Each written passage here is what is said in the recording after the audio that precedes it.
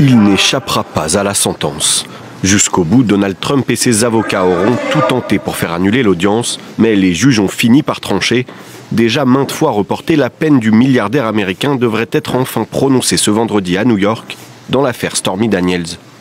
Pour autant, à 10 jours de l'investiture présidentielle, Donald Trump ne devrait a priori pas aller en prison. Les juges new-yorkais pourraient suivre l'avis du juge Merchan en charge du dossier au printemps dernier. Le magistrat avait indiqué il y a quelques jours ne pas être enclin à imposer une peine d'incarcération ferme aux futurs pensionnaires de la Maison-Blanche. Nous avons vu ce que le juge Merchan a écrit dans son avis et nous en sommes pleinement conscients. Nous devons considérer deux principes très importants, le caractère sacré du verdict d'un jury populaire et l'exercice de la fonction présidentielle.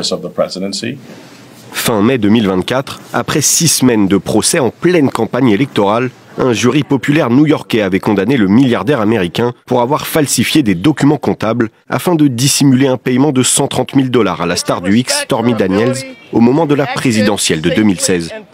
Des paiements qui visaient à acheter son silence au sujet d'une relation sexuelle supposée entre Trump et l'actrice 10 ans plus tôt. Reconnu coupable de 34 chefs d'accusation, Donald Trump était alors devenu le premier ex-président américain à être condamné au pénal.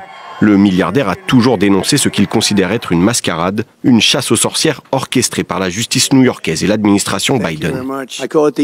Je l'appelle le département de l'injustice. Ce qu'ils ont fait est très grave et le monde entier l'a vu. La justice new-yorkaise est très malhonnête.